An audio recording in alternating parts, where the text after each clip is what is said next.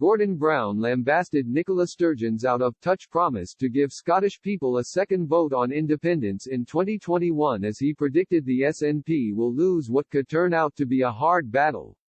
The former Labour Prime Minister said Unionists would win a second Scottish independence referendum, should Boris Johnson allow Nicola Sturgeon to put a vote before Scottish voters in 2021. But Mr. Brown admitted it would be a hard battle between the SNP and the rest of the country given how fed up and frustrated people have grown with the Tories' treatment of devolved administrations. He told Sky News' Sophie Ridge, an election in May, the SNP want the referendum in 2021, we've got to deal with the recession, unemployment is rising, we've got to vaccinate people in Scotland and perhaps a second round, we don't know whether there's going to be a third or fourth wave of this disease.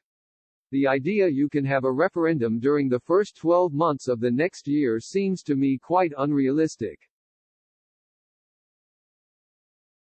And it's a sign that the nationalists are really out of touch with the priorities of Scottish people.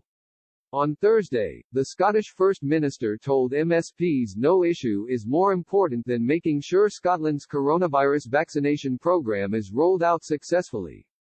Ms. Sturgeon said both she and Health Secretary Jeane Freeman are focused on the program, along with the entire government.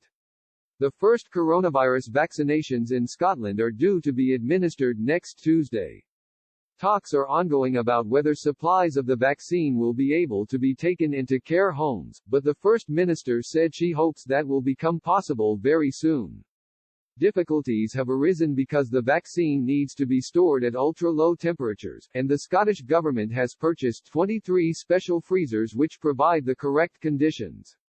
The freezers will be placed in vaccine deployment centres in every health board area in Scotland, and Ms. Sturgeon said the first vaccinations will take place in close proximity to these sites. Elderly care home residents are among the highest priority groups to have the vaccine, and the First Minister said she hopes difficulties around getting the injections to them can be resolved. On Saturday, Health Secretary Jeane Freeman confirmed the arrival of the Pfizer and BioNTech vaccine ahead of its rollout.